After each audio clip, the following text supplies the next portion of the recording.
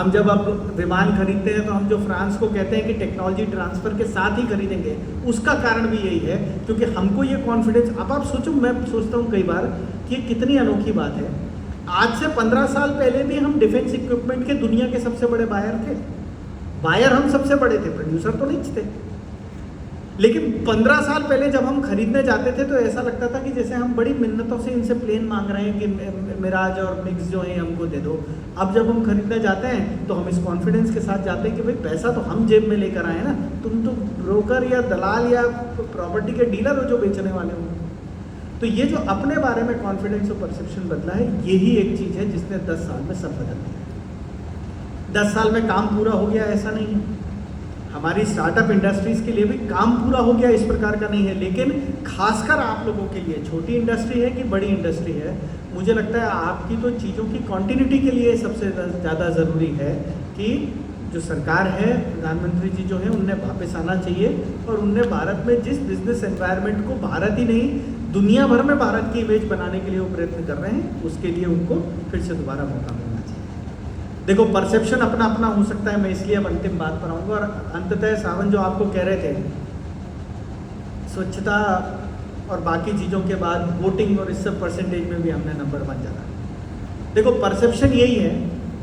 मैं तो अधिकार से कह सकता हूँ कि यहाँ पर जितने लोग इस सभागृह में बैठे हैं, सबके सबसे अगर पूछेंगे कि कौन चुनाव जीतकर प्रधानमंत्री बनने वाला है, तो उत्तर मोदी ही होगा। अब ये एक बड़ी ऐसी घटना है, सुनने में, मुझे सुनाने में भी कई बार हंसी आती है, सुनने में भी आप देखेंगे।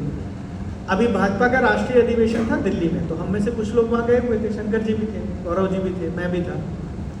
राष्ट्रीय अधिवेशन में 1.5 दिन तक तो सब लोग बोलते रहे, जितने नेता हैं वो सब बोले। 1.5 दिन बाद प्रधानमंत्री जी बोलने खड़े हुए। 1.5 दिन तक वो सिर्फ सुन रहे थे, बीच में एक आध बार कोई मजाक की टिप्पणी करते थे, बाकी सुनते रहते थे। 1.5 दिन बाद वो बोलने खड़े हुए। जब बोलने खड़े हुए तो उन्होंने हमको एक कहानी सुनाई। कहानी मतलब एक एक्चुअल घटना जो उनके साथ हुई थी। और अब आप इसको ऐसे इमेजिन करके सुनना कि ये डॉक्टर खरे नहीं बोल रहे हैं, ये मोदी जी बोल रहे हैं। तो उनने हमको मन से सुनाना शुरू करा और मन से सुनाते हुए उन्होंने कहा कि अमेरिका के राष्ट्रपति का उनके पास फ़ोन आया। तो जो बाइडेन ने फ़ोन करा होगा, और जो बाइडेन ने उनसे कहा कि क्लाइमेट को लेकर एक कोई बड़ा समिट नॉर्थ साउथ अमेरिका को मिलाकर ये अगस्त में होने वाला है, और वो चाहते हैं कि मोदी जी उसमें कीनोट स्पीकर की तरह मुख्य अतिथि के रूप में उद्घाटन के कार्यक्रम में पधारें। तो मोदी जी बोले मैं थोड़ा झिझका। मैंने उनसे कहा कि भाई राष्ट्रपति जी, ऐसा है कि मेरे देश में तो चुनाव है और अप्रैल मई में हमारे देश में चुनाव होना है, जिसका 4 जून को निर्णय आने वाला है। तो अगर आप मुझे नरेंद्र मोदी की कैपेसिटी में बुला रहे हैं तो मैं तुरंत हाँ कह देता हूँ, पर अगर आप मुझे भारत के प्रधानमंत्री की कैपेसिटी में बुला रहे हैं तो फिर मैं 4 जून के बाद ही कंफर्म कर पाऊँगा।